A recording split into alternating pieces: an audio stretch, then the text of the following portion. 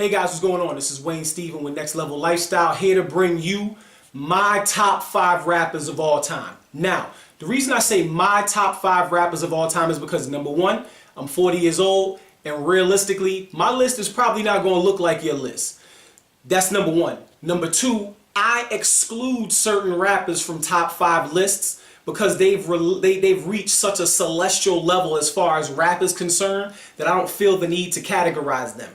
Like guys who are originators, like LL Cool J, Rakim, Cool G Rap, Kool Moe Dee, Run DMC, guys like that, like originators, the ones who like kind of birthed it. I don't put them in a category because it's unfair, because realistically, you put them in those top 5s because you feel like, oh, they deserve it, so let's put them in the top 5. But realistically, if you measure their work as far as like lyrics and content, it doesn't measure up. So I'm not going to put those guys in there. And I'm going to tell you right now, just off rip, 2 things. One, I'm not putting Biggie or Tupac in my top 5. They've never been there. And the reason I say Biggie is because he didn't show me enough. His catalog is 2 albums deep. That double album, Feel How You Want, that album was a lot of filler. Please at me. I want you to at me about that, and I want you to debate me about it because I'm not going to be wrong. That Life After Death album could have been 1 album. Filler. A lot of it. So we're going to put that to the side. Tupac had no bars. I'm not one of those guys who's like, oh, he had passion and he transcended the game. Good, then put him in a top 5 best people in the world category, not just because he happens to be a rapper and you liked him as a person, you're going to shove him in a list. I'm not doing it. I've never once heard a Tupac bar and been like, ooh, run that back, fam. What Tupac just say? I never said that because he never had them kind.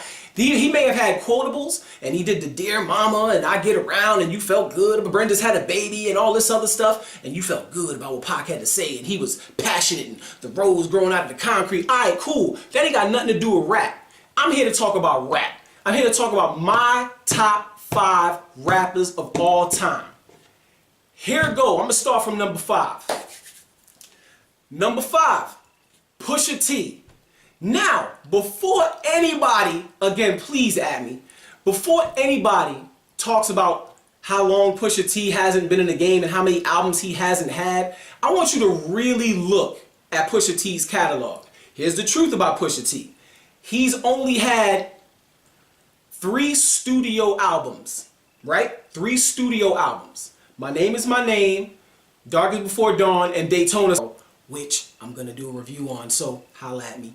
But anyways, look at his catalog with the Re-Up Gang. Look at his catalog with the Clips. Look at his catalog with the features that he's been on. We not even going to discuss how he impacted the drug talk in rap. Like, that's not something I'm glorifying. I'm just letting you know that if you look at everybody who tried to talk drug talk after Pusha T, their drug math had to be accurate. It wasn't none of this Foxy Brown, what was the name of that song? Oh, I forgot the name of that song. Well, her whole drug math seemed off, but you had to be accurate when you talk that drug talk or you was going to get called out. You know his catalog. You know him on features like Mercy, and you've seen what he did on Exodus when he was trying to get Wayne and Drake up out of here. Funny, now that I mentioned Wayne, but I'm not going to speed ahead. Pusha T, number 5 on this list. Top 5 rappers of all time. Number 4, Lil Wayne. A lot of people, okay, I'm about to keep it super real with y'all. And I'm going to lean back in my chair even though it's been said that when you're talking on camera, you're not supposed to lean back because it get, whatever. Check it out. I'm going to be real. I'm going to have a discussion with y'all real quick about Wayne. A lot of people had it out for Wayne once he dropped Carter 4, said Carter 5 was coming, right? A lot of people had it out for him. They were like, he's washed. This Young Thug took his place. First of all, how dare you? Watch your mouth. How dare you say Young Thug took Lil Wayne's place? You talking about a guy that harmonizes and does what he does in his lane real well compared to a guy who's been spitting bars since he was 14 and he's been nice from the gate. See, people, see, this like these fickle music fans. Like these music fans is mad fickle. Like they'll forget somebody did something. But guess what? When you on when you on iTunes and you looking for somebody to give you that feeling like, yo, I need some bars. Guess where you go? You go back to the person you forgot's catalog and you still bump their music. So don't pretend like just because they not in your face all the time that they not giving you that work. Because realistically, since he dropped Carter 4, he put out the Free Weezy mixtape, which I'm not gonna lie, half of that was filler, but there was like 5 or 6 songs that was super hard. He put out Sorry for the Wait 2. That whole joint was bananas. Like, he let off a full clip just to let y'all know, all y'all guys who was like, oh, it's over for Wayne. He was like, rah, and he just let y'all have it with Sorry for the Wait 2. Then he dropped No Ceilings 2. People slept on that, which made me upset because it made it look like Wayne was dry. He was far from dry. Then he kept saying Free C5. You seen him doing all this stuff on social media. You didn't hear no music from him. Then one day you woke up and Dedication 6 smacked y'all in the face. Then y'all was like, oh. Then y'all was like, oh no, Dedication 6 Reloaded. Smack, smack. He gave y'all 2 Debo smacks to the face. He let y'all know he was still that deal. He's been doing that since he was 14. End of discussion. Number 3, Fabolous. Let me tell you something about Fabolous. I mentioned him the other day in a video that I did. Let me tell you something about Fabolous. From the moment he came in the game, he let people know, I do this punchline thing better than all of y'all. And after he was doing it, everybody started doing it. I'm gonna let you know who Fabolous kids are. Fabolous's kids are Lloyd Banks, Cassidy, Jay Mills. Let me see. I know there's one more who's like super duper bar heavy, but I can't think of it off the top of my head. Oh, J.R. Ryder. Like, all of those guys who are super duper bar heavy. And side note, if you don't know who any of those guys are that I just mentioned that are Fabolous's kids, you probably shouldn't be watching this video because you don't know nothing about rap. Back to the topic at hand. Fabolous. He's the only person that made you, when you wanted to, first of all, I've never met a man who used the word fabulous that liked women. I've heard gay dudes say fabulous, like the real spelling of it, but I've never heard like he made you do, no, not autocorrect, I want to spell fabulous, like how F-A-B-O-L-O-U-S. That's how, he made you forget that you even know how to spell the regular version of fabulous. Like, he's been killing mixtapes since like 97, 98. And every album he's put out, always bangers. I can honestly say I've never listened to a Fabolous album that had filler. He's so consistent. And then let's talk that mixtape talk. Let's talk about his Funeral Fab series. Let's talk about the Soul Tape. Let's talk about Friday Night Freestyles. Let's talk about Loso's Way. Let's talk about let's talk about what he did with the Triangle Offense, which is Joe Budden, Paul Kane, and Fabolous. How? It's now, and you can compare it to his then, and you go, oh, he ain't lose a step. Like, he has not lost a step. Like, you see some rappers, they'll lose a step, and as we get up this list, there's 2 more on it. One of the people for the rest of the list has lost a step, but you still gotta respect it. Your favorite rapper hasn't been spitting bars like that for 10, 15, however long Fab been in 98, in 2018. Yeah, oh my goodness, 20 years. Your favorite rapper has not been spitting bars like that for 20 years. And he's not in your top 5? Are you serious? Did you think about your list when you made it? Like, I'm not gonna chastise y'all. I'm just gonna get to number 2. Number 2, T.I. You can't tell me nothing at the end of the day. Please at me. I really want you to. Like, I'm not even kidding. Like, look at my face. Dead serious. Please at me. T.I. from the first, from I'm Serious. From when people just made fun of his accent, and instead of listening to the fact that that man was spitting crack, like, from I'm Serious to right now, Notice my list is about consistency and not about here today, gone tomorrow. Like I'm gonna come at all of y'all brand new rap heads and even y'all older rap dudes who want to wave ride and you want to throw Kendrick and J. Cole on the list. For what? Because you amazed by some stuff they did in 2-3 albums? Are you kidding me? My list is comprised of people who have been doing this since the year had a 9 as the third letter. And they're still spitting bars and they're still giving you content. And every time they rap, you go, yo, my fault for forgetting. I almost forgot.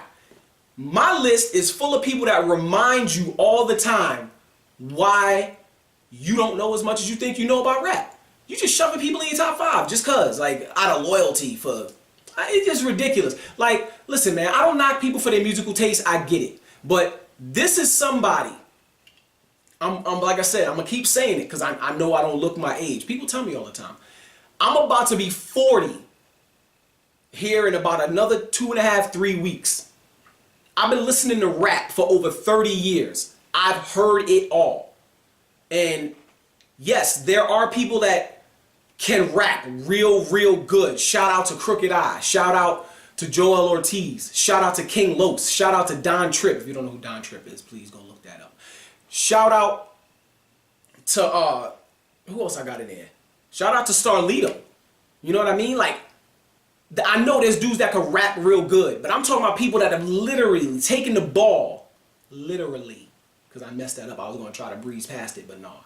Who have literally taken the ball and run with it for a decade more. How?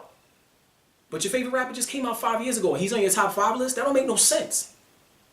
If you my age and you got Kendrick Lamar in your top 5, smack yourself and then don't listen to rap no more because that you disrespecting the art form by doing that. For real. At me, please. T.I. Alright? You can't tell me that there's somebody who has literally gotten better over time. Like, this is, like, these are dudes, like, I'm looking at T.I. and I'm like, man, like, he really worked on his craft. Like, he really went from somebody you hardly could understand. Because his first album, it had straight drawl. Like, his whole country drawl was in there. But over time, it was like, oh, he's taken the game and really transcended it. Like, there's nothing that he hasn't done musically that hasn't shown you why he's at the top. He's been doing it forever. No more talk. That's it. Number 1. Hold on, before I do that, I'm going to recap. Number 5, Pusha T. Number 4, Lil Wayne. Number 3, Fabulous. Number 2, T.I. Think about T.I. When you have the respect of people who are number 1 on a lot of people's lists and they go, that guy right there, he can rap and he's sick and he gets all this critical acclaim from his peers, you gotta recognize that. You have to, because that's what I'm going off of. You look at my list. These are people that they're like your favorite rapper's favorite rapper. Is your list comprised of favorite rappers? Or just people you threw on there because you used to listen to them and now they dead, so you feel obligated to take up 2 spots that could go to people that are actually doing it right now who you can compare their work with their peers? That's the other thing too. Stop making emotional lists. Don't make emotional decisions, period. But, number 1, Jay-Z, at me. Please do. At me. And guess what? I'm about to tell you the truth about Jay-Z. My face is itching because I need to shave. I really did that just now. So check it out. My thing about Jay-Z is I didn't love 444. I understood what it was. I didn't love it. I liked it. It was cool. But Jay-Z, at me. I'm going to tell you another truth.